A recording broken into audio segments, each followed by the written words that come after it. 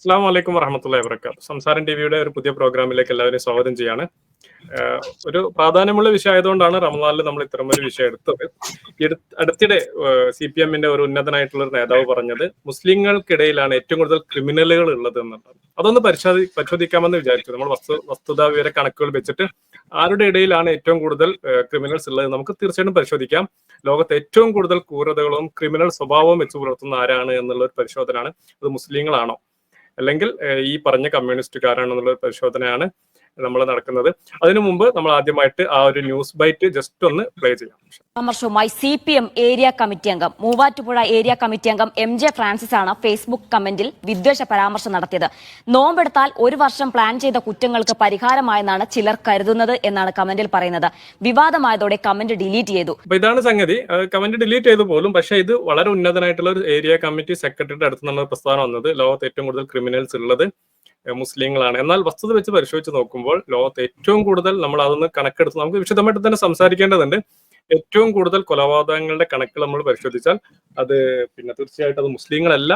ഏറ്റവും കുറവ് ആണ് മുസ്ലിങ്ങൾ അക്കൗണ്ടിൽ വരിക. ഏറ്റവും കൂടുതൽ കൊലപാതകങ്ങൾ നടത്തിയതിന്റെ കണക്ക് നമ്മൾ എടുത്താൽ അത് കമ്മ്യൂണിസ്റ്റുകാരാണ് എന്ന് തീർച്ചയായും നമുക്ക് അറിയിക്കാൻ പറ്റും. കേരളത്തിന്റെ സവിശേഷ രാജ്യത്തിൽ വെച്ച് നോക്കിയാലും ഏറ്റവും കൂടുതൽ അക്രമ സ്വഭാവം നടത്തിയിട്ടുള്ള ആരാണ് എന്ന് നമുക്ക് കൃത്യമായിട്ട് പറയാൻ പറ്റും. അതിന്റെ കൂടുതൽ വിശദാംശങ്ങളിലേക്ക് നമുക്ക് കടക്കേണ്ടതുണ്ട്. ഫുആദ് എന്തെങ്കിലും ആഡ് ചെയ്യാണ്ടോ? ഷാദ് ആഡ് ചെയ്തിട്ട് നമുക്ക് അതിന്റെ ഡീറ്റെയിൽസിലോട്ട് പോകണം. ആ കണക്ക് തന്നെ ലോകത്തെ ഏറ്റവും കൂടുതൽ 10 ആളുകൾ നമ്മൾ ലിസ്റ്റ്, ഏറ്റവും കൂടുതൽ കൊലപാതകം നടത്തിയ 10 ആളുകൾ നമ്മൾ ലിസ്റ്റ് ചെയ്ത് കഴിഞ്ഞാൽ അതിൽ ആരാണ് കൂടുതൽ? മുസ്ലിങ്ങൾ എത്ര ഉണ്ട്, കമ്മ്യൂണിസ്റ്റുകാർ എത്ര ഉണ്ട് എന്ന് നമുക്ക് പരിശോധിക്കാം. അതിന് മുമ്പ് ഇതില് മുസ്ലിമീങ്ങൾ പൊതുവെ അവരുടെ അക്രമ സ്വഭാവമുള്ള ആളുകളാണോ എന്നുള്ളത് നോക്കാൻ വേണ്ടിയിട്ട് മുസ്ലിമീങ്ങൾ ബഹുഭൂരിപക്ഷമുള്ള രാജ്യങ്ങൾ നോക്കിയാൽ മതി. ഇപ്പൊ ഉദാഹരണത്തിന് നമുക്ക് ഇന്ത്യക്ക് പുറത്ത് നോക്കേണ്ട ആവശ്യമില്ല. നമുക്കിവിടെ എന്തുണ്ട്, ഈ ഐലൻഡ്സ് ഉണ്ടല്ലോ, മറ്റേ പെട്ടെന്ന് കിട്ടുന്നില്ല, ആൻഡമാൻ നിക്കോബാർ ഐലൻഡ്സ്, ഇങ്ങനെയുള്ള പല ഐലൻഡ്സും നോക്കിക്കഴിഞ്ഞാൽ, അല്ലെങ്കിൽ വേറെ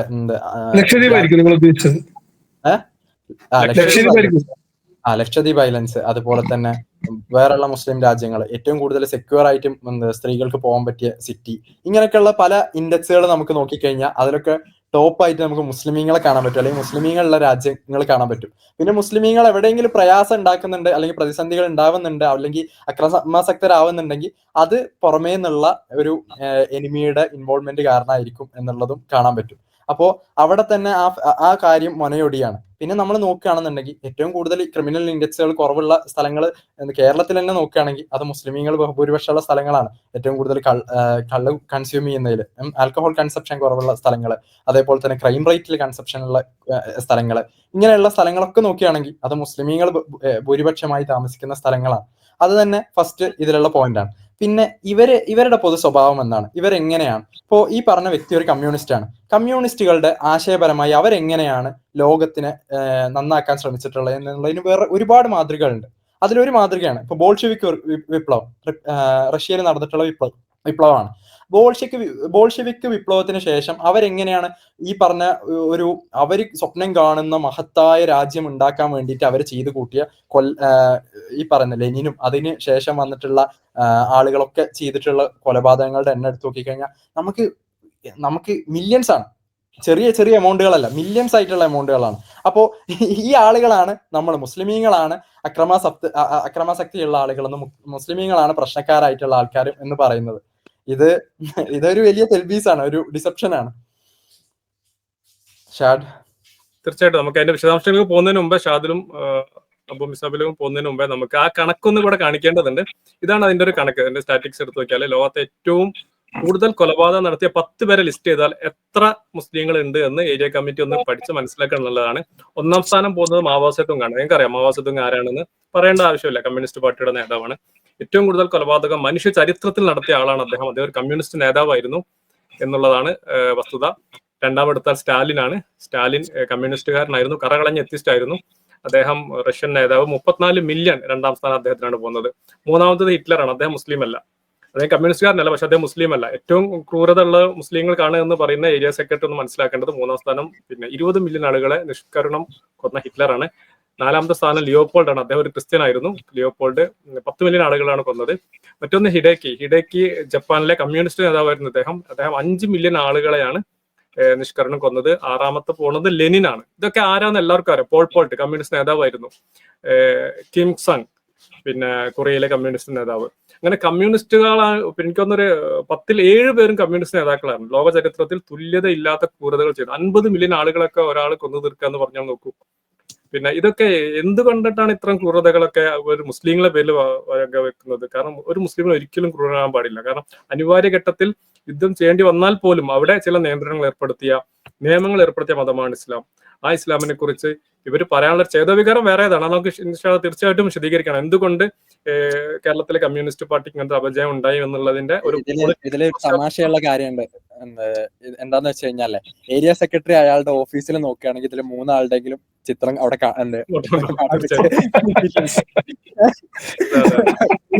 പുള്ളി അതുപോലും നോക്കാതെയാണ് ഈ പ്രസ്താവന പ്രസ്താവിച്ചിട്ടുള്ളതെന്നാ മനസ്സിലാക്കാൻ പറ്റുക. പിന്നെ അവരെ സംബന്ധിച്ചിടത്തോളം അവർക്ക് തെറ്റുകൾ ചെയ്തു കഴിഞ്ഞാൽ, ഒരു കമ്മ്യൂണിസ്റ്റുകാരനായിട്ടുള്ള ആൾക്ക് തെറ്റുകൾ ചെയ്തു കഴിഞ്ഞാൽ അവിടെ ഒരു പ്രശ്നം വരുന്നില്ലല്ലോ. നമ്മളെ സംബന്ധിച്ചിടത്തോളം നമുക്ക് ഒരു നെഫ്സിനോടും വലാ യുദ്ലിമു റബ്ബക അഹദ, ഒരാളോട്, 2 ആടുകൾ തമ്മിൽ എന്ത് ചെയ്തു, അടികൂടി. 2 ആടുകൾ, ഒരാടിന് എന്തുണ്ട്, കൊമ്പുണ്ട്, മറ്റേ ആടിന് കൊമ്പില്ല. ഇങ്ങനെ അവര് തമ്മിൽ ഫൈറ്റായി ഒരാൾ മരിച്ചു കഴിഞ്ഞാൽ അവർക്കിടയിൽ പോലും അള്ളാഹു നാളെ നീതി കൊണ്ടുവരും. അതായത് 2 ആടുകളുടെ കാര്യത്തിലല്ല, 2 ആടുകളുടെ കാര്യത്തിൽ. അങ്ങനെയുള്ള വിശ്വാസം വെച്ച് പുലർത്തുന്ന ആൾക്കാരാണ് നമ്മൾ. ഇവരെ സംബന്ധിച്ചിടത്തോളം, സ്റ്റാലിനെ സംബന്ധിച്ചിടത്തോളം അല്ലെങ്കിൽ ലെനിനെ സംബന്ധിച്ചിടത്തോളം അവരെന്താണ് വിപ്ലവകരമായിട്ടുള്ള വിപ്ലവകരമായിട്ടുള്ള ഒരു പുതിയ രാജ്യം, പുതിയ ഒരു ഇതുണ്ടാക്കുക, ഒരു പുതിയ സംസ്കാരം ഉണ്ടാക്കുക, ഒരു സംസ്കൃതി ഉണ്ടാക്കുക, ഒരു രീതിയിലും ക്യാപിറ്റൽ മൂലധനമില്ലാത്ത ഒരു സ്വർഗ്ഗഭൂമി ഭൂമിയിൽ കൊണ്ടുവരിക എന്നുള്ള ലക്ഷ്യത്തിന്റെ പുറത്ത് മാത്രം കൊന്നിട്ടുള്ള ആൾക്കാരാണ്. അതായത് ഏത്തിസ്റ്റുകളായിട്ടുള്ള അവർക്ക് അതുകൊണ്ട് മനുഷ്യനെ കൊല്ലുക എന്നുള്ളതിന് ഒരു വികാരമില്ലാത്ത ജീവികളാണ് അവരാണ് ഇത് ചെയ്തിട്ടുള്ളത്. അങ്ങനെയുള്ള ആളുകളുടെ പിന്തലമുറക്കാരായിട്ടുള്ള ആളുകൾ, മറ്റുള്ള ആൾക്കാർ, ഇതൊരു നാർസിസ്റ്റിക് അപ്രോച്ചാണ്. കാരണം എന്താ വെച്ചാൽ നാർസിസ്റ്റുകൾ ചെയ്യുന്ന ഒരു കാര്യമാണ് അവരുടെ തെറ്റുകൾ അവർ ബാക്കിയുള്ളവരെ മേലെ ആരോപിക്കുക എന്നുള്ളത്. ആ അപ്രോച്ചാണ് ആള് ഇവിടെ എടുക്കുന്നത്. ആളിനെ നോക്കിയാൽ മതി, ആളുടെ പാർട്ടി ഓഫീസിൽ മിനിമം 3 ആളുടെയെങ്കിലും ഫോട്ടോ അവിടെ പതിപ്പിച്ചിട്ടുണ്ടാവും. പ്രത്യേകിച്ച് ലെനിനും സ്റ്റാലിനും ഇല്ലാത്ത പാർട്ടി ഓഫീസുകൾ CPM ഉണ്ടോ എന്നുള്ള സംശയമാണ്. ഇനി CPIയുടെ ഒക്കെ ആണെങ്കിൽ മാവോ ഉണ്ടാവാൻ ചാൻസ് ഉണ്ട്. തീർച്ചയായും.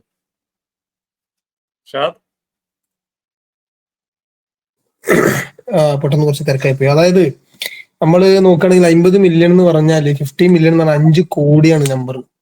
അതായത് കേരളത്തിന്റെ ജനസംഖ്യ 4 കോടി ഇല്ല. ഇത് കേരളത്തിലെ മുഴുവൻ ആളുകളെക്കാട് കൂടുതലാണ് ഒരു വ്യക്തി, ഒരു കമ്മ്യൂണിസ്റ്റുകാരൻ കൊന്നത്. അതുപോലെ തന്നെ കേരളത്തിലെ ജനസംഖ്യ അവിടെ സ്റ്റാലിൻ കൊന്നിട്ടുണ്ട്. പിന്നെ നമ്മൾ വേറൊരു കാര്യം നോക്കിക്കഴിഞ്ഞാൽ ഇന്ന് കേരളത്തില് ഏറ്റവും കൂടുതൽ ആൾക്കാർ മരിക്കുകയോ അല്ലെങ്കിൽ കൊല്ലുകയോ ചെയ്തിട്ടുള്ള, അതായത് നിങ്ങൾ കൊല്ലുകയോ ചെയ്തിട്ടുള്ള രാഷ്ട്രീയ പാർട്ടി ഏതാണ്? നിങ്ങൾക്കറിയോ? CPM. അതെ, ഏറ്റവും കൂടുതൽ. അപ്പൊ നമ്മളതാണ് ഏറ്റവും കൂടുതൽ ആൾക്കാരെ കൊല്ലുന്ന പറയും. അതെ, ആൾക്കാരെ കൊല്ലപ്പെട്ടതോ കൊന്നതോ ആയിട്ട് ഏറ്റവും കൂടുതൽ ഇന്ന് കേരളത്തിലുള്ളത് CPM ആണ്. സമാധാനത്തിന്റെ വളരെ പ്രാമാണികം ഇങ്ങനെ സംഭവിക്കുമോ? എന്നിട്ട് അത് മാത്രമല്ല, കൊന്ന ആൾക്കാരെ സെലിബ്രേറ്റ് ചെയ്യും ഇവര്. പണ്ട് കുഞ്ഞനന്തം മരിച്ച സമയത്ത് കൊല്ലുന്നതിനെ നമുക്ക് ടെററിസം ആണെന്ന് വിളിക്കാൻ പറ്റൂല, അങ്ങനെയല്ലേ യുണൈറ്റഡ് നേഷൻ ഒക്കെ പറയുന്നത്? എന്താണ്? സിവിലിയൻസിനെ, അതായത് സാധാരണ ജനങ്ങളെ ഒരു ഐഡിയോളജിയുടെ പുറത്ത് കൊല്ലുകയാണെന്നുണ്ടെങ്കിൽ അത് ടെററിസം ആണല്ലോ. അതെ, അങ്ങനെയാണെങ്കിൽ ഇവര് ടെററിസ്റ്റുകളാണ്. അതെ. പിന്നെ അതുപോലെ ഞാൻ പറഞ്ഞു വന്ന കാര്യം, എനിക്ക് എന്റെ ഒരു പരിചയത്തിൽ ഒരു CPM-കാരനുണ്ട്. അവൻ ഒരിക്കലും പണ്ട് ഇതിലേക്ക് എത്താൻ പണ്ട് നമ്മുടെ കുഞ്ഞനന്തം മരിച്ചല്ലോ, ആ സമയത്ത് അത് സ്റ്റാറ്റസ് ഇട്ടപ്പോ ഞാൻ അവരോട് ചോദിച്ചു, സീരിയസ്ലി എന്ന് ഞാൻ ചോദിച്ചു, കാര്യമായിട്ട് ഈ സ്റ്റാറ്റസ് ഇട്ടെന്ന് ചോദിച്ചു ഞാൻ. കാരണം അദ്ദേഹം ഇന്ന് ലോകം അറിയുന്ന, അതിനുശേഷം ഒരാളൊരു ഫേസ്ബുക്ക് പോസ്റ്റോ കമന്റോ ഇട്ടിന്, അതായത് ചന്ദ്രശേഖരനെ ഇല്ലാതാക്കാൻ പൊളിറ്റിക്സ് ആയി പോകുന്നുണ്ട്, ക്ഷമിക്കണം, ഇതിലേക്ക് എത്താണ്. അതായത് ചന്ദ്രശേഖരനെ ഇല്ലാതാക്കാൻ ശ്രമിച്ച ഒരു വ്യക്തി അറിയപ്പെടുന്നത് ചന്ദ്രശേഖരൻ കൊലക്കേസ് പ്രതി കുഞ്ഞനന്തൻ എന്നാണ്. എന്നിട്ട് അത്രയും പേരുള്ള, കൊലപാതകത്തിന് പേര് കേട്ട വ്യക്തിയെ പോലും ഇവർ സെലിബ്രേറ്റ് ചെയ്യുന്ന പാർട്ടിയാണ് ഈ പാർട്ടി എന്ന് പറയുന്നത്. ഏത് രക്തസാക്ഷികൾ എടുത്തോ, ഏത് കൊലപാതകങ്ങളും എടുത്തോ, ഇവര് സെലിബ്രേറ്റ് ചെയ്യും. വലിയ വലിയ കൊലപാതകങ്ങളും ആക്രമണങ്ങളിലും പ്രതിയായിട്ടുള്ളവരെ ചുഴലന്വേഷിച്ചു കഴിഞ്ഞാൽ വലിയ വലിയ നേതാക്കന്മാരൊപ്പം ഫോട്ടോ കാണാം, അല്ലെ? അപ്പോ ഈ അക്രമത്തിന് ഒരു തരത്തിലും വേണ്ട എന്ന് പറയാത്തൊരു പാർട്ടിയാണ് ആര്? ഈ CPM എന്ന് പറയുന്നത്. ഇത് തലമറന്ന് എണ്ണ തേക്കാന്നുള്ള സീനുണ്ട്. ഇത് കൈയില്ലാത്തവൻ വിരലില്ലാത്തവനെ കളിയാക്കെന്ന് പറയുന്ന സീനില്ലേ? അതാണ് എനിക്ക് സത്യം പറഞ്ഞാൽ ഈ CPM-കാരനെ പറ്റി തോന്നുന്നത്. അതല്ല, ഇതിപ്പോ നമ്മൾ നോക്കിയാല് തുല്യതയില്ലാത്ത ക്രൂരത എന്ന് നമുക്ക് പിന്നെ അക്ഷരാർത്ഥത്തിൽ വിശേഷിപ്പിക്കാം. മാവോ സിദ്ദിഖ് അദ്ദേഹം ആരായിരുന്നു നിങ്ങൾ പറയോ? കമ്മ്യൂണിസ്റ്റ് നേതാവല്ല എന്ന് നിങ്ങൾക്ക് പറയാൻ പറ്റും അദ്ദേഹം അല്ല എന്ന്. അദ്ദേഹം ചൈനീസ് കമ്മ്യൂണിസ്റ്റ് പാർട്ടിയുടെ നേതാവായിരുന്നു 49 മുതൽ 75 വരെ. ചൈന ഭരിച്ച കമ്മ്യൂണിസ്റ്റിന്റെ ഏറ്റവും തലമുതിർന്ന നേതാവാണ്. ഇദ്ദേഹമാണ് നേതൃത്വം നൽകിയത്. ഇനി അടുത്ത ആളെ നമ്മൾ ഓരോരുത്തർ പരിശോധിച്ച് നോക്കിയാൽ നിങ്ങൾക്ക് നിഷേധിക്കാൻ പറ്റുമോ? ജോസഫ് സ്റ്റാലിൻ നിങ്ങൾ തള്ളി പറയോ? ചൈനയിലേക്ക് നോക്കൂ എന്നുള്ളതാണ് പാർട്ടിയുടെ ഇതെന്ന്. ജോസഫ് സ്റ്റാലിനെ നിങ്ങൾക്ക് തള്ളി പറയാൻ പറ്റും? കമ്മ്യൂണിസ്റ്റുകാർക്ക് 30 മില്യൺ ആളുകളെ കൊന്ന്. ഓക്കെ, ഹിറ്റ്ലർ നിങ്ങളുടെ ആളല്ല, ലിയോപോൾഡ് ഒക്കെ ക്രിസ്ത്യാനിയാണ് വേണം വാദിക്കാം. ആരാ ഈ ഹിഡേക്കി ടോജോ, ജപ്പാൻ കമ്മ്യൂണിസ്റ്റ് പാർട്ടിയുടെ നേതാവ് 5 മില്യൺ ആളുകളാണ് കൊന്നു തീർത്തത്. പിന്നെ ലെനിൻ നിങ്ങൾ നിഷേധിക്കും, നിങ്ങളുടെ ആളല്ലാന്ന് പറയോ? 4 മില്യൺ ആളുകളെയാണ് അദ്ദേഹം കൊന്നു തീർത്തത്. പോൾപോൾട്ട് നിങ്ങൾ 2 മില്യൺ ആളുകളെ കൊന്നു. 1 മില്യൺ എന്ന് പറഞ്ഞാൽ CPM-മാർക്ക് ചിലപ്പം കണക്കറിയാലുണ്ടാവില്ല. 1 മില്യൺ പറഞ്ഞാൽ 10 ലക്ഷമാണ്. പിന്നെ കിം സങ്, എനിക്കത് ഇപ്പോഴത്തെ നോർത്ത് കൊറിയയിലെ ഇപ്പോഴത്തെ പുള്ളിയുടെ അച്ഛനാണെന്ന് തോന്നുന്നു അദ്ദേഹം. എല്ലാവരും അതേപോലെ ഇവരൊക്കെ ഇത്രയും ആളുകളെ കൊന്നു തീർത്ത ആളുകളാണ് ഇവർ. ഇനി നിങ്ങൾ പറയുന്ന ലെനിന്റെ കാര്യത്തിൽ വിപ്ലവ കാലഘട്ടത്തിലോ അല്ലെങ്കിൽ യുദ്ധത്തിലോ ആയിട്ട് പോളണ്ടിലുമായിട്ട് തമ്മിലുള്ള യുദ്ധത്തിലോ ആയിട്ട് മരിച്ചു എന്ന് അവകാശപ്പെടുകയാണെങ്കിൽ തന്നെ സ്റ്റാലിന്റെ വിഷയത്തിൽ അങ്ങനെയല്ല. സ്റ്റാലിൻ എങ്ങനെയാണോ ഹിറ്റ്ലർ കോൺസെൻട്രേഷൻ ക്യാമ്പുകളിൽ ആളുകളെ കൊന്നിരുന്നത് അതുപോലെ തന്നെയാണ് ഈ പറയുന്ന ആളുടെ ശുദ്ധിയാക്കൽ ചടങ്ങുകൾ എന്നുള്ള പേരിട്ട് വിളിച്ചിട്ടുള്ള കൊലപാതക പരമ്പരയിൽ ചെയ്തിട്ടുള്ളത് ക്ലീനിങ് വർക്കായിട്ട്. എന്നിട്ട് അത് പുള്ളിയുടെ പേരിൽ വരാതിരിക്കാൻ വേണ്ടിയിട്ട് അത് നടപ്പിലാക്കിയ ആളെയും കൊല്ലും. അത്രേ ഉള്ളൂ, വ്യത്യാസമൊന്നുമില്ല. എന്താണോ ഹിറ്റ്ലർ ജർമ്മനിയിൽ ചെയ്ത് അതിന്റെ അതിന്റെ ഏത്തിസ്റ്റ് പതിപ്പ്. ഇതിൽ പിന്നെ ഹിറ്റ്ലർ എന്ന് പറയുന്നത് ഏത്തിസ്റ്റ് എന്ന് എഴുതിയിട്ടുള്ളത് തെറ്റാണെന്നാണ് എന്റെ വാദം. കാരണം ഹിറ്റ്ലറിനെ സംബന്ധിച്ച് ഹിറ്റ്ലർ റഷ്യ ആക്രമിക്കാൻ പോകുമ്പോൾ ബോൾഷെവിക്കുകൾക്കെതിരെ ആയിട്ടുള്ള കുരിശ് യുദ്ധം എന്നാണ് ആര് പറഞ്ഞത്? അവരുടെ പ്രൊപ്പഗേഷൻ മീഡിയാസ് മൊത്തം പറഞ്ഞിട്ടുണ്ടായിരുന്നു. അപ്പൊ കുരിശ് യുദ്ധം നടത്തുന്ന ആൾക്കാരുടെ നേതാവ് ആരായിരിക്കണം? അത് വേറെ വിഷയമാണ്, പറഞ്ഞു എന്ന് മാത്രം. ഇനി ഇവരോട് പറയാനുള്ളത്, നിങ്ങളുടെ മുസ്ലിം ക്രൂരതയുടെ പര്യായമായിട്ട് ചില കാര്യങ്ങളൊക്കെ എടുത്ത് പറയാൻ സ്വാഭാവികമാണ്. ചില മുസ്ലിം തീവ്രവാദ സംഘടനകളെ, ഈ തീവ്രവാദ മുസ്ലിങ്ങൾ ഒരിക്കലും അംഗീകരിക്കുന്നില്ല. മാത്രമല്ല അത്തരം തീവ്രവാദ ഗ്രൂപ്പുകളെ മെയിൻ സ്ട്രീം മുസ്ലിം സംഘടനകളും നേതൃത്വവും ഒക്കെ തള്ളി പറഞ്ഞിട്ടുണ്ട്, ഈ തീവ്രവാദ ഗ്രൂപ്പുകളെ. ഇനി നിങ്ങൾ ആരോപിക്കുന്ന ചില നിങ്ങൾ താലിബാനൊക്കെ ആയിട്ട് വരും എങ്കിൽ അവിടുത്തെ ജിയോ പൊളിറ്റിക്കൽ അവസ്ഥ മനസ്സിലാക്കാതെ ഇപ്പൊ എന്താ താലിബാൻ, നമ്മൾ താലിബാൻ ഒരിക്കലും ആ നിലക്ക് ന്യായീകരിക്കുന്നില്ല. പക്ഷെ താലിബാൻ എന്താ സ്വന്തം രാഷ്ട്രത്തിന് വേണ്ടിയിട്ട് അധിനിവേശത്തിനെതിരെ സ്വാതന്ത്ര്യ സമരം നടത്തുന്ന ആളുകളാണ്. അവരിങ്ങനെ പോകുന്ന ആളുകളെ എങ്ങനെ ചുമ്മാ 50 മില്യൺ ആളുകളെ 10 മില്യൺ ആളുകളെ തല്ലിക്കൊല്ലുന്നില്ല. അവരുടെ ഒരു സ്വാതന്ത്ര്യ സമര പോരാട്ടത്തിന് അനിവാര്യമായ ഒരു പോരാട്ടമാണ്. പിന്നെ അതിനപ്പുറം സ്വന്തം രാഷ്ട്രം പിന്നെ വിപുലപ്പെടുത്താനും ഒക്കെ. ഇപ്പൊ ഈ പിന്നെ ലിയോപോൾഡിന്റെ ഒക്കെ കഥ വായിച്ചപ്പോഴേ അദ്ദേഹം കൊസോവൻസിനെ ക്രൂരമായിട്ട്, ഒരു കൊസോവൻസ് ഇല്ലാത്ത ഒരു രാജ്യം എന്നുള്ള നിലക്ക് അദ്ദേഹം ആഫ്രിക്കൻ രാജ്യങ്ങൾക്ക് ക്രൂരമായ കൊലപാതകങ്ങൾ നടത്തുന്നുണ്ട്. അതില് സ്വന്തം 5 വയസ്സുള്ള ഒരു മോളെ ഇവര് കൊന്നിട്ട് ആ കുട്ടിയുടെ കൈപ്പത്തി മാത്രം കിട്ടിയ പിതാവ് ആ കൈപ്പത്തി ഇങ്ങനെ പിടിച്ചു നിൽക്കുന്ന ഒരു ഫോട്ടോ കാണാൻ ഇടയുണ്ടായി. അത്രയും ക്രൂരമായ കൊലപാതകങ്ങൾ ചരിത്രത്തിൽ നടത്തിയിട്ടുണ്ട്. ഇനി അത് മാത്രമോ, ഇവർ സയൻസിനോട് ചെയ്ത ക്രൂരതകൾ അതിനപ്പുറമാണ്. ശാസ്ത്രം വികസിച്ച് വന്നപ്പോൾ ഇവർ ആദ്യം ശാസ്ത്രത്തിനെതിരായിരുന്നു. 3000-ഓളം സയന്റിസ്റ്റുകൾ അവർ കൊന്നു കളഞ്ഞിട്ടുണ്ട് ശാസ്ത്രം പ്രചരിപ്പിച്ചതിന്റെ പേരിൽ. തങ്ങൾക്ക് അനുകൂലമായി സയൻസ് വ്യാഖ്യാനിക്കാത്തതിന്റെ പേരിൽ 3000-ലധികം ശാസ്ത്രജ്ഞന്മാരെ കൊന്നു കളഞ്ഞിട്ടുണ്ട്. അത് ക്രിസ്ത്യൻ സഭകളും ചെയ്തിട്ടുണ്ട്, കമ്മ്യൂണിസ്റ്റുകാരും ചെയ്തിട്ടുണ്ട്. അപ്പൊ ഇങ്ങനെ ഈ രൂപത്തിൽ തികച്ചും മാനവിക വിരുദ്ധമായ ഏറ്റവും ക്രൂരമായ ആളുകളാണ് പറയുന്നത് മുസ്ലിങ്ങൾക്കിടയിലാണ് ക്രൂരത ആയിട്ടുള്ള ആളുകൾ ഉള്ളത്. നിങ്ങൾ എടുക്കൂ, ലോകത്തെ ഏറ്റവും സേഫസ്റ്റ് രാജ്യങ്ങളെ ലിസ്റ്റ് എടുക്കൂ, അതിൽ എത്ര മുസ്ലിം രാജ്യങ്ങളുണ്ട് നോക്കൂ. ഏതൊരു സ്ത്രീക്കും ഏത് രാത്രിയിൽ പോലും നിർഭയമായിട്ട് പുറത്തിറങ്ങാൻ പറ്റിയൊരു സ്ഥലം ഉണ്ടെങ്കിൽ അത് മുസ്ലിം രാജ്യങ്ങൾ ഇഷ്ടങ്ങൾ മാത്രമാണ്. ഞങ്ങളിപ്പോ അബുദാബിയിലാണ് ഉള്ളത്, ഷാദ് അബുദാബിയിലുള്ളത്. രാത്രി 2 മണിക്കും 3 മണിക്കും നിർഭയമായിട്ട് ഒരു പെൺകുട്ടിക്ക്, ഒരു സ്ത്രീക്ക് അങ്ങാടിയിലൂടെ നടക്കാൻ പറ്റുന്ന സ്ഥലം ഉണ്ടെങ്കിൽ അത് ലോകത്ത് വളരെ ചുരുക്കം സ്ഥലങ്ങൾ മാത്രം. അത് അറബ് രാഷ്ട്രങ്ങളാണ്. ഇത്രയും നിർഭയരായിട്ടുള്ള മുസ്ലിം രാഷ്ട്രങ്ങൾ. എന്താണ് നിങ്ങളുടെ കമ്മ്യൂണിസ്റ്റ് ലോകത്തെ കമ്മ്യൂണിസ്റ്റ് ഭരണം ഉള്ളത്? പിന്നെ കേരളത്തിൽ കമ്മ്യൂണിസ്റ്റ് ഭരണമാണോ? അത് നിങ്ങൾ ആർക്ക് വേണ്ടിയാണ് ഇവിടെ ഭരിക്കുന്നത് എന്ന് എല്ലാവർക്കും അറിയാം. പിന്നെ നിങ്ങളെ പാർട്ടി വിട്ടാല് എത്ര വെട്ടും എന്നുള്ളത് എല്ലാവർക്കും അറിയാം. പിന്നുള്ളത് നോർത്ത് കൊറിയയിലുള്ള ആളുകൾ ഒരു തുറന്ന ജയിലാന്നാണ് അവിടെ സന്ദർശിച്ച ആളുകൾ പറയുന്നത്. പത്രം മടക്കി പിടിക്കാൻ പാടില്ല, കാരണം നേതാവിന്റെ ഫോട്ടോ മടങ്ങുന്നതുകൊണ്ട് ചുരുട്ടി പിടിക്കാനേ പാടുള്ളൂ. ഞങ്ങളുടെ കമ്മ്യൂണിസ്റ്റ് നേതാവ് പറയുന്നതിനപ്പുറത്തേക്ക് മുടി വെട്ടാനുള്ള അധികാരമല്ല, ഭക്ഷണം കഴിക്കാൻ അധികാരമല്ല. അങ്ങനെ തുറന്ന ജയിലിൽ ജീവിക്കുന്ന ഒരു ജനത ഈ നൂറ്റാണ്ടിലും ജീവിക്കുന്നുണ്ട്. എന്നിട്ടാണ് നിങ്ങൾ 6-ാം നൂറ്റാണ്ടിനെ കുറിച്ചൊക്കെ പറയുന്നത്. പിന്നെ അത് മാത്രല്ല, ഇവര് അതായത് ഈ ലെനിനും സ്റ്റാലിനെ കണക്ക് കഴിഞ്ഞാല് നമ്മളിപ്പോ ഉദാഹരണത്തിന് നിങ്ങൾ പറഞ്ഞല്ലോ, ഇപ്പോ ഏതെങ്കിലും ഇസ്ലാമിന്റെ പേരിൽ തീവ്രവാദ സംഘടനകൾ കൊന്നാല് നമ്മൾ അതിനെ എതിർക്കും, അത് ഇസ്ലാമിന്റെ ഭാഗമല്ല നമുക്ക് പറയും. ഇവർക്ക് പറയാൻ പറ്റുമോ സ്റ്റാലിൻ കമ്മ്യൂണിസ്റ്റുകാരനല്ല, അല്ലെങ്കിൽ ഈ കമ്മ്യൂണിസ്റ്റ് നമ്മൾ അംഗീകരിക്കില്ല എന്ന് പറയാൻ പറ്റുമോ? ഫുആദ് നേരത്തെ പറഞ്ഞ പോലെ ഇവരുടെ പാർട്ടി ഓഫീസിൽ കാണാൻ ഫോട്ടോ ലൈറ്റും കത്തിച്ചിട്ട്. അങ്ങനെ പിന്നെ നിങ്ങൾ പറയണം സ്റ്റാലിൻ കമ്മ്യൂണിസ്റ്റുകാരനല്ല, അല്ലെങ്കിൽ ലെനിൻ കമ്മ്യൂണിസ്റ്റുകാരനല്ല എന്ന് പറയാൻ പറ്റും ഇവർക്ക്? ചൈനയിലത്തെ കമ്മ്യൂണിസം അല്ല എന്ന് പറയില്ല. ഈ കമ്മ്യൂണിസം അംഗീകരിക്കും, അവരുടെ കൊലപാതകം മറച്ചു വെക്കും. എന്നിട്ട് എന്താ നേരത്തെ പറഞ്ഞത്, കൈയില്ലാത്തവൻ വിരലില്ലാത്തവനെ കളിയാക്കുന്ന സീനാണ് ഇവിടെ സംഭവിച്ചുകൊണ്ടിരിക്കുന്നത്. അതെ അതെ തീർച്ചയായിട്ടും. നമുക്ക് വിരലില്ലായ്മ ഇല്ലതാനും, അതാണ് വേറെ വിഷയം. അല്ല, ഇതിപ്പോ മറുപടി ആയിട്ട് കമ്മ്യൂണിസ്റ്റിൽ നമുക്ക് ഉറപ്പായിട്ട് വരാം. പിന്നെ ഖുറാനിലെ പിന്നെ യുദ്ധവുമായി ബന്ധപ്പെട്ട ആയത്തുകൾ, അനിവാര്യ ഘട്ടത്തിൽ യുദ്ധം വേണ്ടി വന്നാൽ യുദ്ധം ചെയ്യാൻ ഇസ്ലാം അനുവാദം നൽകുന്നുണ്ട്. അത് യുദ്ധമില്ലാത്ത ഏതൊരു സമൂഹം ലോകത്തുണ്ടായിട്ടുള്ളത്? ഒരു യുദ്ധം ഒരു ഭയങ്കര തെറ്റാണെങ്കിലൊക്കെ എങ്കിൽ പിന്നെ യുദ്ധത്തിന് വേണ്ടി സൈന്യത്തെ ഒരുക്കുന്നൊക്കെ തെറ്റാവട്ടെ. മിക്ക എല്ലാ രാജ്യങ്ങളിലും അവരുടെ ബജറ്റിന്റെ ഒരു ഏറിയ പങ്കും പോകുന്നത് അവരുടെ പിന്നെ മിലിറ്ററി ഒരുക്കാൻ വേണ്ടിയിട്ടാണ്. അപ്പൊ യുദ്ധമില്ലാത്ത ഒരു സമൂഹം ഉണ്ടായിട്ടില്ല. അപ്പൊ അനിവാര്യ ഘട്ടത്തിൽ യുദ്ധം ചെയ്യേണ്ടി വന്നാൽ പോലും ഇസ്ലാം പറയുന്ന അവിടെ ചില നിയമങ്ങളുണ്ട്, അവിടെ പിന്നെ നിയന്ത്രണങ്ങളുണ്ട്.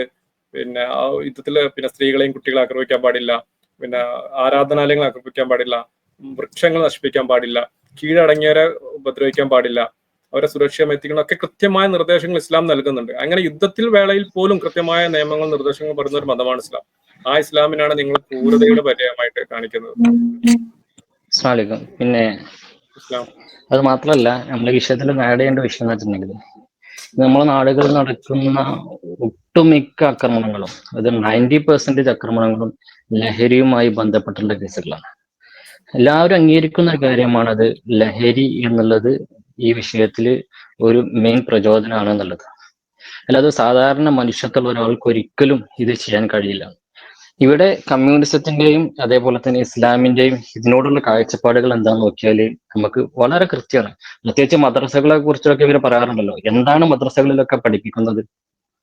ലഹരി എന്നുള്ളത് ഇസ്ലാം ഹറാമാക്കിയ ഒരു കാര്യം അല്ലെ? അതിനോട് ആ വിഷയത്തില് ഒരു ചെറിയ അംശം പോലും, ലഹരി ഉണ്ടാക്കുന്ന ഒരു ചെറിയ അംശം പോലും നിങ്ങൾ ആസ്വദിക്കരുത് എന്നാണ് പ്രവാചക വചനത്തിലൂടെ പറയുന്നത്. അതേപോലെ തന്നെ വിശുദ്ധ ഖുർആനിലും അതന്നെ എല്ലാ കൊലപാതകങ്ങൾക്കും എല്ലാ കാരണങ്ങളും ഈ ലഹരിയിൽ നിന്ന് തുടങ്ങി അത് പിന്നെ ലഹരി ശരീരത്തിൽ കയറിയാൽ പിന്നെ ആരാണ്, സ്വന്തം മാതാവാണോ പിതാവാണോ എന്നൊന്നുമില്ലാതെ അല്ലെ? നമുക്കറിയാം നമ്മുടെ നാടുകളിൽ മദ്യത്തെ കുറിച്ച് ധാരാളം സംസാരിക്കുന്ന ആളുകളുണ്ട്.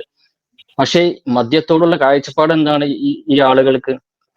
നമ്മുടെ നാടുകളിലുള്ള സ്ത്രീകൾ ഏറ്റവും കൂടുതൽ പീഡനം അനുഭവിക്കുന്നത് ഈ മദ്യത്തിൽ നിന്നുള്ള അവരുടെ മദ്യം സേവിച്ചു വരുന്ന ഭർത്താക്കന്മാരിൽ നിന്നും അതുപോലെ നാട്ടുകാരിൽ നിന്നും പുറത്തിറങ്ങി നടക്കാൻ പറ്റാത്തൊരവസ്ഥ വരെ ഈ ഒരു ലഹരിയിൽ നിന്നാണ്. ഈ ലഹരിയിൽ നിന്നാണ് ഈ കമ്മ്യൂണിസ്റ്റ് പ്രസ്ഥാനം മെയിൻ റവന്യൂ ഉണ്ടാക്കുന്നത് ഇന്ന് കേരളത്തിൽ. നമുക്കറിയാം അങ്ങനെയുള്ള ആളുകളാണ് ഇസ്ലാമിനെതിരെ ഇതൊക്കെ നിരോധിച്ച, ഇതിനൊക്കെ എതിർക്കുന്ന, ഇതെല്ലാം വർജിക്കണം എന്ന് പറയുന്ന, അതൊക്കെ മദ്രസകളിൽ തന്നെ പഠിപ്പിക്കുന്ന ഒരു സമൂഹത്തോട് നിങ്ങളാണ് അക്രമകാരികൾ, നിങ്ങളാണ് ക്രിമിനലുകൾ എന്ന് പറഞ്ഞു നടക്കുന്നത്. നിങ്ങൾ അങ്ങനെയുള്ള ഒരു ആദർശമുള്ള ആളുകളാണെങ്കിൽ നിങ്ങൾ ആദ്യം ഇത്തരം ലഹരികൾക്ക് പൂർണ്ണമായ ഒരു നിരോധനം എന്തുകൊണ്ട് ഏർപ്പെടുത്തുന്നില്ല? നമുക്കറിയാം വിശുദ്ധ ഖുർആനിൽ വളരെ കൃത്യമായി പറഞ്ഞിട്ടുള്ള കാര്യമാണ്, ഒരാളെ കൊന്നാൽ, ഒരു മുസ്ലിമിനെ കൊന്നാൽ എന്നല്ലതാ, മൻ ഖതല നഫ്സൻ ബിഗൈരി നഫ്സിൻ ഔ ഫസാദിൻ ഫിൽ അർളി ഫകഅന്നമാ ഖതല അന്നാസ ജമിഅ. നമുക്കറിയാം ഈ ആയത്ത് ഓതിയിട്ട് പിന്നെ ജാബിദ ടീച്ചർ പറഞ്ഞതിൽ നിങ്ങൾ ഓർക്കുന്നുണ്ടാവും അല്ലെ? ഒരു മുസ്ലിമിനെ കൊന്നാൽ എന്ന് പറഞ്ഞതിൽ കൃത്യമായി അവിടെ ഒരു പ്രോഗ്രാമിൽ വെച്ച് നാണം കെട്ട ഒരു അവസ്ഥ നമുക്ക് കാണാൻ കഴിയും. ഇവിടെ കൃത്യമായി പറയുന്നു, ഒരു മനുഷ്യനെ കൊന്നാൽ അത് ലോകത്തുള്ള മുഴുവൻ മനുഷ്യനെ കൊന്നതിന് തുല്യമാണ് എന്നുള്ളതാണ് വളരെ കൃത്യമായി പറയുന്നു.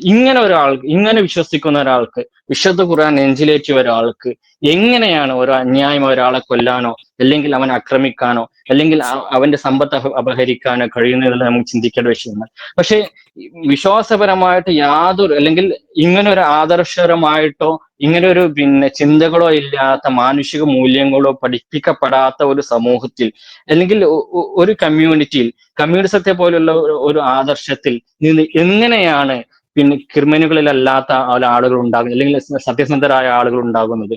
അവരിലല്ലേ കൂടുതൽ ആളുകൾ ഇത്തരം ക്രിമിനലുകൾ ഉണ്ടാകാൻ സാധ്യതയുള്ളതും നമ്മൾ നേർക്ക് നേരെ കണ്ടുകൊണ്ടിരിക്കുന്നതും ലോകത്ത് നടന്നിട്ടുള്ളത് ഇവിടെ വിശദീകരിച്ചു കഴിഞ്ഞു. പോൾപോട്ടിനെ പോലെ, ലെനിനെ പോലെയുള്ള ആളുകൾ കൊന്നൊടുക്കിയ കഥകളും, അതേപോലെ തന്നെ നമ്മുടെ നാടുകളിൽ തന്നെ 51 വെട്ടുകളും 61 വെട്ടുകളും ഒക്കെയായി പിന്നെ കണ്ണൂരിലും അതേപോലെ തന്നെ അങ്ങനെയുള്ള പല സ്ഥലങ്ങളിൽ നമ്മൾ കണ്ട കാഴ്ചകളൊക്കെ നമ്മൾ ഈ പത്രമാധ്യമങ്ങളിലൂടെയും ഇന്നും അതിന്റെ രക്തസാക്ഷികളായിട്ട് ആളുകൾ നിലകൊള്ളുന്നതുമൊക്കെ നമുക്ക് കാണാൻ കഴിയുന്നതാണ്. അപ്പോൾ ഈ ആളുകളാണ് മദ്രസകളെ കുറിച്ചും മുസ്ലിങ്ങളെ കുറിച്ചും മുസ്ലിം യുവതകളെ കുറിച്ചും ഒക്കെ പിന്നെ അനാവശ്യമായി വർഗീയ പരാമർശങ്ങൾ നടത്തുന്നതും ചില രാഷ്ട്രീയ ലാഭങ്ങൾക്ക് വേണ്ടി ഒരു സമൂഹത്തിന് നേരെ അത് പിന്നെ ഇവിടെയുള്ള ഭൂരിപക്ഷ ആളുകളുടെ കയ്യടി നേടുവാനും അവരുടെ വോട്ട് നേടുവാനും വേണ്ടി മാത്രമാണ് എന്നുള്ളതാണ് ഇതിൽ നിന്ന് നമുക്ക് മനസ്സിലാക്കാൻ കഴിയുന്നത്.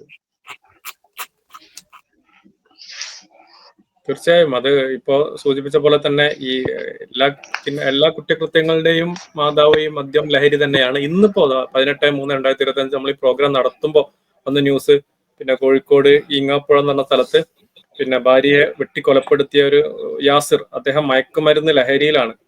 ഈ റമദാൻ മാസം പോലും മയക്കുമരുന്ന് ഉപയോഗിക്കുന്ന, പേര് മുസ്ലിമാണ്. ഇതൊക്കെയാണ് മുസ്ലിങ്ങളെ അക്കൗണ്ടിൽ വരവെച്ചിട്ട് മുസ്ലിങ്ങളാണ് ക്രിമിനലുകൾ എന്ന് പറയുന്നത്. ആരാണ് ഇവിടെ ഈ മയക്കുമരുന്നൊക്കെ എത്ര പ്രചരിപ്പിക്കുന്നത്? മയക്കുമരുന്നും ലഹരിയും ഇവർക്ക് ഇങ്ങനെ ഒരു ചരിത്രമുണ്ട്.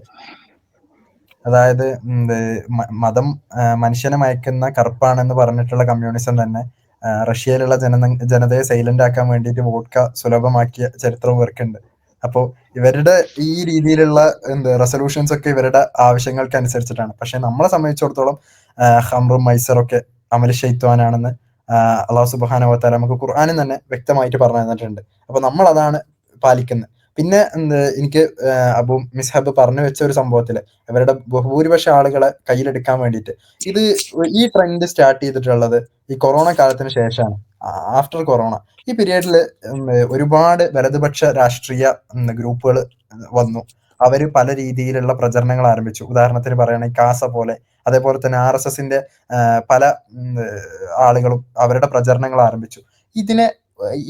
ഈ സംഭവങ്ങളൊക്കെ ഉണ്ടാകുമ്പോഴും CPM അതിൽ നിന്ന് എന്തെങ്കിലും എടുക്കാൻ പറ്റുമോ എന്നുള്ളത് വെച്ചിട്ടാണ് അവർ പ്രവർത്തിക്കുന്നതെന്ന് നമുക്ക് കാണാൻ പറ്റും. ഒരുപാട് ഉദാഹരണങ്ങൾ ഉണ്ട്. കാരണം നമ്മുടെ നാട്ടിൽ ഒരുപാട് രീതിയിലുള്ള വർഗീയ പ്രസംഗങ്ങൾ നടന്നിട്ടും അതിനെതിരെ ആക്ഷൻ എടുക്കാത്ത അവസ്ഥ.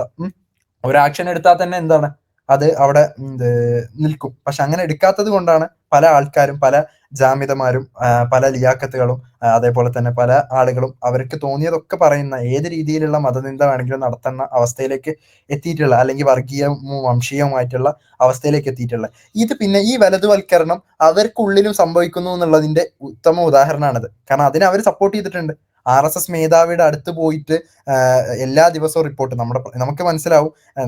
ഹോം മിനിസ്റ്ററിന്റെ അടുത്ത് പോയിട്ട്, പോലീസ് മേധാവിയുടെ അടുത്ത് പോയിട്ട്, ബാക്കിയുള്ള പോലീസ് മേധാവികള് പോലീസ് മന്ത്രിയുടെ അടുത്ത് പോയിട്ട് റിപ്പോർട്ട് സമർപ്പിക്കണം ഡെയിലി എന്നുള്ളത്. അത് നമുക്ക് അക്സെപ്റ്റബിൾ ആയിട്ടുള്ള കാര്യമാണ്. ഈ കേരളത്തിൽ ഒരു ജില്ലയിൽ പോലും ഒരു MLA പോലും ഇല്ലാത്ത RSSന്റെ അടുത്ത് പോയിട്ട് എല്ലാ ദിവസവും ഒരു DGP നേരിട്ട് പോയിട്ട് റിപ്പോർട്ട് സമർപ്പിക്കുന്ന അവസ്ഥയിലേക്ക് എത്തിയിട്ടുണ്ടെങ്കിൽ അതെന്താണ്?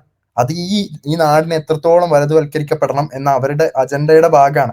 അതുകൊണ്ട് തന്നെയാണ് അത് എത്ര മാത്രം പോളറൈസ് ചെയ്യാൻ പറ്റുമോ അത്രമാത്രം പോളറൈസ് പെടട്ടെ എന്ന രീതിയിൽ അവർ വിട്ടുകളഞ്ഞിരിക്കുകയാണ് ആ വിഷയം തന്നെ. കാരണം അവരെന്താ വെച്ചാൽ പറഞ്ഞോട്ടെ, അതിൽ നിന്ന് എന്തെങ്കിലും സ്റ്റേക്ക് ഹോൾഡിംഗ് നമുക്ക് എടുക്കാൻ പറ്റുമോ, അതിൽ നിന്ന് എന്തെങ്കിലും പൊളിറ്റിക്കലായ ബെനിഫിറ്റ് എടുക്കാൻ പറ്റുമോ? ഇത് തന്നെയാണ് അവര് പല അവസരത്തിൽ എന്ത് ചെയ്തിട്ടുള്ളത്, പഴറ്റി നോക്കിയിട്ടുള്ളത്. അത് പല ആൾക്കാർക്കെതിരെയും കേസെടുക്കാതെയും, ചില ആൾക്കാർക്ക് ചെറിയ കാര്യത്തിലടക്കം കേസെടുത്തിട്ടും, CA സമരത്തിലുള്ള വാഗ്ദാനം കൊടുത്തിട്ട് അത് പാലിക്കാതിരിക്കും. ഇങ്ങനെ പല പല ഉദാഹരണങ്ങളിൽ നമുക്ക് കാണാൻ പറ്റും. ഒരുപാട് ഉദാഹരണങ്ങളിൽ CPMന്റെ രണ്ടാം ഭരണത്തിൽ കാണാൻ പറ്റും. ശരിക്കും ഇവരെന്താണ് ചെയ്യേണ്ടത്? ഇവർ പറയുന്നത് ഇവര് ഇടതുപക്ഷ രാഷ്ട്രീയത്തിന്റെ വക്താക്കളാണെന്നാണ്. അങ്ങനെയാണെന്ന് ഇടതുപക്ഷ രാഷ്ട്രീയത്തിന്റെ വക്താക്കളാണ് ഇവരെന്നുണ്ടെങ്കിൽ ഇത്തരത്തിലുള്ള ഒരു സാഹചര്യങ്ങൾ ഉണ്ടാക്കാത്ത അവസ്ഥ ഇവിടെ കൊണ്ടുവരികയാണ് ചെയ്യേണ്ടത്. പക്ഷെ അതിന് മറിച്ച് ഇവര് പറയുന്ന തന്നെ പൂർണ്ണമായിട്ടും വിരുദ്ധമായിട്ടുള്ള കാര്യങ്ങളാണ് ഇവർ ചെയ്തുകൊണ്ടിരിക്കുന്നത്. അതിൽ നിന്ന് എന്തെങ്കിലും ഉണ്ടാക്കാൻ പറ്റുമോ എന്നുള്ള ഇത് തപ്പിക്കൊണ്ട്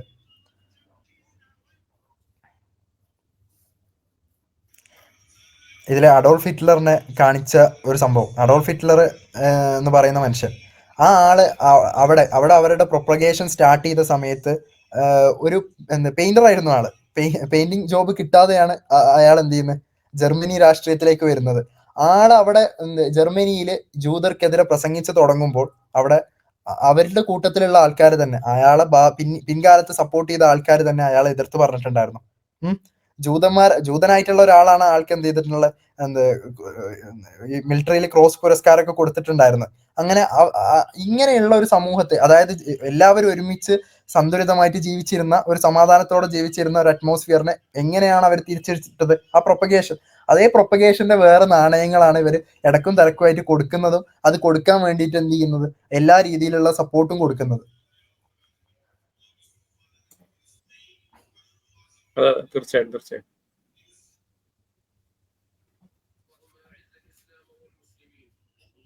ഷാദ് ആഡ് ചെയ്യുന്നുണ്ടോ? ഒരു കാര്യം ആഡ് ചെയ്യാനുണ്ടായിരുന്നു. അതായത് സലാഹുദ്ദീൻ നേരത്തെ പറഞ്ഞല്ലോ, അതായത് ഇങ്ങനെ പറയുന്ന സമയത്ത് അവര് ഇസ്ലാമിലെ യുദ്ധത്തിനെ പറ്റി പറയുന്നുള്ളത്. ഇങ്ങനെ പറയുന്ന ഒരാളെ വീട്ടിൽ നാളെ രണ്ടാൾക്കാർ കയറി വന്ന് അടിക്കാന്ന് വിചാരിച്ചു. ഈ പറയുന്ന ആളും പറയുന്ന അവന്റെ പിതാവ് മാത്രമേ ആ വീട്ടിലുള്ളൂ. ഇവര് കൈയും കെട്ടി നിൽക്കും, അതോ തിരിച്ചടിക്കും? നിങ്ങൾക്ക് എന്താ തോന്നുന്നേ? ഓക്കെ, അദ്ദേഹം വീട്ടിന്റെ അതിഥിയാണ്, വന്ന് എന്തെങ്കിലും ചെയ്തോട്ടെ എന്ന് വിചാരിക്കൂലല്ലോ. ഡെഫിനറ്റ് ആയിട്ട് മനുഷ്യ സഹജമായിട്ടുള്ള കാര്യമാണ് അടി കിട്ടുമ്പോൾ തിരിച്ചടിക്കുക എന്നുള്ളത്. അതിന്റെ മാന്യമായ രീതിയിൽ നിയമങ്ങൾ അനുസരിച്ച് കൈവിട്ട കളി കളിക്കരുത് എന്നുള്ളത് ഇസ്ലാം വ്യക്തമായിട്ട് പറഞ്ഞു. എന്നാൽ അടിച്ചത് ഒരു പരിധിക്ക് തിരിച്ചു കൊടുക്കണമെന്നും പറയുന്നുണ്ട്. അതിന് ബുദ്ധിയില്ലാത്ത ആൾക്കാർ മാത്രമേ ഇതിനെ എതിർക്കുള്ളൂ. അങ്ങനെ ആകുമ്പോൾ ഇന്ത്യൻ ആർമി ചെയ്യുന്ന കാര്യം ഇവൻ ഒരിക്കലും സപ്പോർട്ട് ചെയ്യാൻ പാടില്ല. ഈ പറയുന്നവൻ ഇന്ത്യൻ ആർമി ചെയ്യുന്ന കാര്യം ഒരിക്കലും സപ്പോർട്ട് ചെയ്യാൻ പറ്റൂല. ഇതിൽ ആഡ് ചെയ്യേണ്ട ഒരു വിഷയം എന്ന് വെച്ചിട്ടുണ്ടെങ്കിലേ, നമ്മള് പ്രതിരോധം എന്നുള്ളത് നമ്മളെ വീട്ടിൽ വന്നിട്ട് ഇപ്പൊ നമ്മള് നേരിട്ടുള്ള പ്രതിരോധത്തിൽ ഇസ്ലാം അനുവദിക്കുന്ന കാര്യം, ഇസ്ലാം എന്നല്ല, ലോകത്തുള്ള എല്ലാ പിന്നെ രാജ്യങ്ങളും അല്ലെങ്കിൽ സംഘടനകളും അനുവദിക്കുന്ന ഒരു കാര്യമാണ്. നമ്മൾ നേരിട്ട് ഒരാൾ ആക്രമിക്കപ്പെടുകയാണെങ്കിൽ അയാൾ പ്രതിരോധിക്കുക, അല്ലെങ്കിൽ കൈവട്ടി നോക്കുക എന്നുള്ളതല്ല. നേരെ മറിച്ച് നമ്മളെ വീട്ടിൽ വന്ന ഒരാൾ വെട്ടിപ്പോയി അല്ലെങ്കിൽ ഒരാൾ കൊന്നുപോയി, പിന്നീട് അവിടെ ഒരു രാഷ്ട്രമുണ്ട്, ഇസ്ലാമിക രാഷ്ട്രത്തിലത്തെ കാര്യം പറയുന്നത്, ഇസ്ലാമിക രാഷ്ട്രത്തിലാണെന്നുണ്ടെങ്കിൽ പോലും അയാൾക്ക് പോയിട്ട് പിന്നെ നേരിട്ട് പോയി തിരിച്ചു വെട്ടാനുള്ള അധികാരമില്ല. അവിടെ ഒരു ഭരണകൂടം ഉണ്ടെങ്കിൽ ആ ഭരണകൂടത്തിന്റെ നിയമങ്ങൾ അനുസരിച്ച് പോകേണ്ടത്. അയാൾ അവിടെ പോയിട്ട് ഒരു അക്രമം നടത്തിയാൽ അയാൾ പിടിക്കപ്പെടും. അത് ഇസ്ലാമിക രാഷ്ട്രത്തിലാണെങ്കിൽ പോലും അതാണ് നിയമം. അങ്ങനെയുള്ള നിയമങ്ങളാണ് ഇസ്ലാമിലുള്ളത്. നേരെ മറിച്ച് പ്രതിരോധം എന്നുള്ളത് നേരിട്ടുള്ള നമ്മൾ നേരിട്ട് മുട്ടുന്ന സന്ദർഭത്തിൽ അവിടെ പ്രതിരോധം ആവശ്യമായിട്ട് വരും. പിന്നെ രാഷ്ട്രങ്ങൾ തമ്മിലുള്ള യുദ്ധങ്ങൾ എന്നുള്ളത് അതാണ് നബിയുടെ കാലഘട്ടത്തിലൊക്കെ നടത്തുന്നത്. ഒരു രാഷ്ട്രമായതിനു ശേഷം, മദീന ഒരു രാഷ്ട്രമായതിനു ശേഷം ആ രാജ്യത്തെയും ആക്രമിക്കാൻ പുറത്തുനിന്ന് ആക്രമിക്കാൻ വരുന്ന ഒരു സംഘത്തിന് നേരെയാണ് ഇസ്ലാമിക സമൂഹം വാളെടുത്തിട്ടുള്ളത്.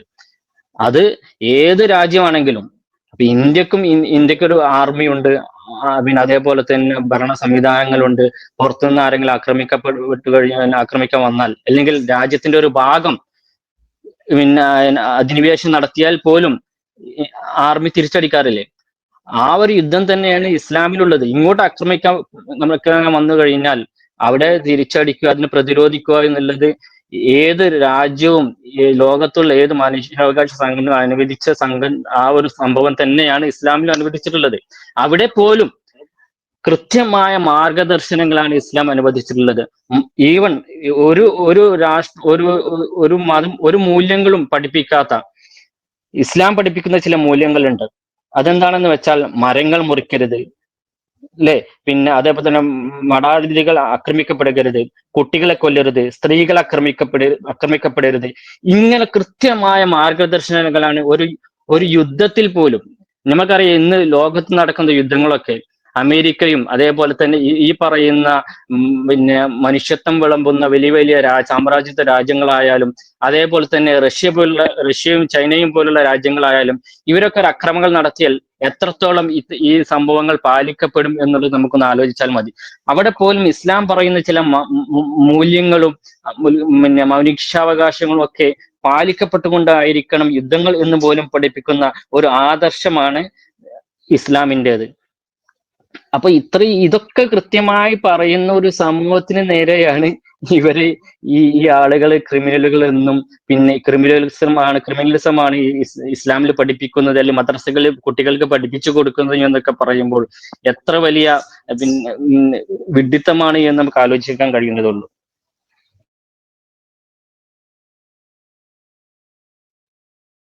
ഇവര് വില കുറഞ്ഞൊരു രാഷ്ട്രീയ കളിയാണ് കളിക്കുന്നത്. കേരളത്തിലിപ്പോ ഒരു സോഷ്യൽ ഫാബ്രിക്കിനെ തകർക്കാൻ സംഘപരിവാർ സംഘടനകളൊക്കെ ശ്രമിക്കുന്നത്. അതിന്റെ ഭാഗമാണ് വ്യാപകമായി എക്സ് മുസ്ലിമുകൾക്കും അതേപോലെ ഇസ്ലാമോഫോബിയ പരത്താനുള്ള നവനാസ്തികർക്കും കോടികളുടെ ഫണ്ട് ഇറക്കിയിട്ട് സംഘപരിവാർ ശ്രമിക്കുന്നത്. അങ്ങനെ ആ സോഷ്യൽ ഫാബ്രിക്കിനെ തകർത്ത് ഇസ്ലാമോഫോബിയ ഉണ്ടാക്കുകയും അതുവഴി സോഷ്യൽ ഫാബ്രിക്കിനെ തകർക്കുകയും ചെയ്താൽ മാത്രമേ സംഘപരിവാർ ആശയങ്ങൾക്ക് അവിടെ വേരുറപ്പിക്കാൻ കഴിയുള്ളൂ.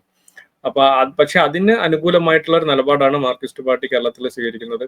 അപ്പൊ ഇവർ വിചാരിക്കണം എന്താ വെച്ചാല് പിന്നെ ഈ ഒരു ഇസ്ലാമോഫോബിയ മുതലെടുത്തിട്ട് ഭൂരിപക്ഷം വരുന്ന സമുദായത്തെ കൂടെ നിർത്തിയാൽ പിന്നെ ഞങ്ങൾക്ക് എക്കാലം അധികാരത്തിൽ തുടരാം എന്നുള്ളതാണ്. അതുകൊണ്ട് തന്നെയാണ് ഇവരുടെ ഓരോ വാക്കിലും പ്രസ്താവനയിലും പ്രവൃത്തിയിലൊക്കെ തികഞ്ഞ മുസ്ലിം വിരുദ്ധതയും ഒക്കെ വെച്ച് പുലർത്തുന്നത്. പക്ഷെ ഇതിനെക്കാട്ടും വലിയ ഒരു കാര്യം പറയാൻ മറന്നു. ഇപ്പൊ ഒരു കാര്യം ഞാൻ പറയാൻ മറന്നു. അതായത് നമ്മുടെ ഗോവിന്ദ മാഷ് ഉണ്ടല്ലോ, അദ്ദേഹം ഒന്ന് പറഞ്ഞ് രണ്ടാമത്തേന് ജമാഅത്ത് ഇസ്ലാമിക്കാരനാണ്. പിന്നെ എന്തോ ഭാഗ്യത്തിന് ഇന്നലെ ജമാഅത്ത് ഇസ്ലാമി രക്ഷപ്പെട്ടത് എന്താന്ന് വെച്ചാല് കാസക്ക് പിന്നിൽ ജമാഅത്ത് ഇസ്ലാമി അല്ലാന്ന് പറഞ്ഞത് എന്തോ ഭാഗ്യത്തിന് ജമാഅത്ത് ഇസ്ലാമി അതിൽ എന്തോ കഴിച്ചിലായതാണ്. അല്ലെങ്കിൽ കാസനും മൂപ്പര് ജമാഅത്ത് ഇസ്ലാമിന്റെ കഴുത്തിൽ ഇടുമായിരുന്നു. അല്ല, അതൊരു ടെക്നിക്കാണ് ഇവരെ. കാരണം ജമാഅത്ത് ഇസ്ലാമിൽ ഇസ്ലാം എന്നുള്ള പദം ഉണ്ടല്ലോ, അതിൽ മൊത്തം മുസ്ലിങ്ങൾ അത് എന്ത് ചെയ്യും, ടാർഗറ്റ് ചെയ്യും. ജമാഅത്ത് ഇസ്ലാമി എന്ന് പറയുമ്പോൾ മൊത്തത്തിൽ അതന്നെ പറഞ്ഞത്. മൂപ്പര് പറഞ്ഞ് അവസാനം കാസനെയും ജമാഅത്ത് ഇസ്ലാമി ആക്കാത്തത് എന്തോ ജസ്റ്റ് രക്ഷപ്പെട്ടതാണ്. കാരണം മൂപ്പർക്ക് വായിൽ അതല്ലേ വരൂ. അല്ല, ഇത് ഞാൻ മനസ്സിലാക്കിയെടുത്തോളം എങ്ങനെയാണ്, ഈ ജമാഅത്തെ ഇസ്ലാമിയിൽ ഒരു ഇസ്ലാമി എന്നുള്ള പദം ഉണ്ട്. അപ്പൊ ജമാഅത്തെ ഇസ്ലാമിനെ പറയുമ്പോൾ മൊത്തത്തിൽ ഇസ്ലാമിനെ പ്രതിനിധീകരിക്കുന്ന ഒരു അവസ്ഥയാണ്. അതുകൊണ്ടാണ് ജമാഅത്തെ ഇസ്ലാമിനെ ഇങ്ങനെ ടാർഗറ്റ് ചെയ്തുകൊണ്ടിരിക്കുന്നത്. ആ ജനങ്ങൾക്കിടയിൽ ഒരു മനസ്സിൽ ഒരു ചിന്ത ഉണ്ടാക്കുമല്ലോ, ഇസ്ലാം എന്നുള്ളത്, ഇവരാണ് അക്രമികൾ, ഇവരാണ് ഇത്ര ആളുകൾ എന്നുള്ള ഒരു ചിന്ത ഉണ്ടാക്കാൻ കഴിയും. എന്നാൽ മറ്റുള്ള മുസ്ലിം സംഘടനകളെ ഇതിൽ മാറ്റി നിർത്തി കഴിഞ്ഞാൽ അവരുടെ ഒരു എതിർപ്പ് ഉണ്ടാവില്ല എന്നുള്ള ചിന്തയാണ് ഇവർക്കുള്ളത്. തീർച്ചയായും ഇവരതിൽ നിന്ന് എന്തെങ്കിലും രാഷ്ട്രീയ ലാഭം ഉണ്ടാക്കാൻ പറ്റുമെന്നാണ് വിചാരിക്കുന്നത്. കാരണം പണ്ട് ഇവര് ജമാഅത്തുമായിട്ട് ഒരുമിച്ച് പ്രവർത്തിച്ചിരുന്നല്ലോ, അവരിന്ന് രാഷ്ട്രീയ ലാഭം ഉണ്ടായിരുന്ന സമയത്ത്. അതുപോലെ തന്നെ ഇവിടെ ഒരു പോളറൈസേഷൻ ഉണ്ടാക്കാൻ പറ്റുകയാണെന്നുണ്ടെങ്കിൽ അതിൽ നിന്ന് എന്തെങ്കിലും കിട്ടുമെന്ന് അവർ വിചാരിക്കുന്നത്. അത് വെറും വ്യാമോഹമാണ്.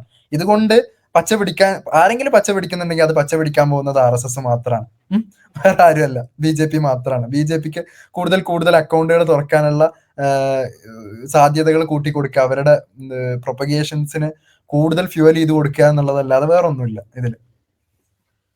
നമുക്ക് ഒന്നേ പറയാനുള്ളൂ, വിശ്വാസികൾക്ക് നിങ്ങൾ എന്തൊക്കെ തന്ത്രങ്ങൾ പയറ്റിയാലും അള്ളാഹുവാണ് നന്നായി തന്ത്രം പ്രയോഗിക്കുന്ന ആളുകൾ. അള്ളാഹുവിന്റെ തന്ത്രം മാത്രമേ വിജയിക്കുകയുള്ളൂ എന്നുള്ളതാണ്. മുസ്ലിങ്ങളെ സംബന്ധിച്ചിടത്തോളം പിന്നെ ഇതൊന്നൊരു പുത്തരിയല്ല, ഇതിനെക്കാട്ടും വലിയ പ്രതിസന്ധിയും ഇസ്ലാമിക വിമർശനങ്ങളും മുസ്ലിങ്ങൾ അഭിമുഖീകരിച്ചിട്ടുണ്ട്. എന്തായാലും അന്തിമ വിജയം മുസ്ലിങ്ങൾക്ക് തന്നെ ആയിരിക്കും എന്ന കാര്യത്തിൽ യാതൊരു സംശയവുമില്ല. വേറെ എന്തെങ്കിലും ആഡ് ചെയ്യാനില്ലെങ്കിൽ നമുക്ക് അവസാനിപ്പിക്കാം അല്ലെ?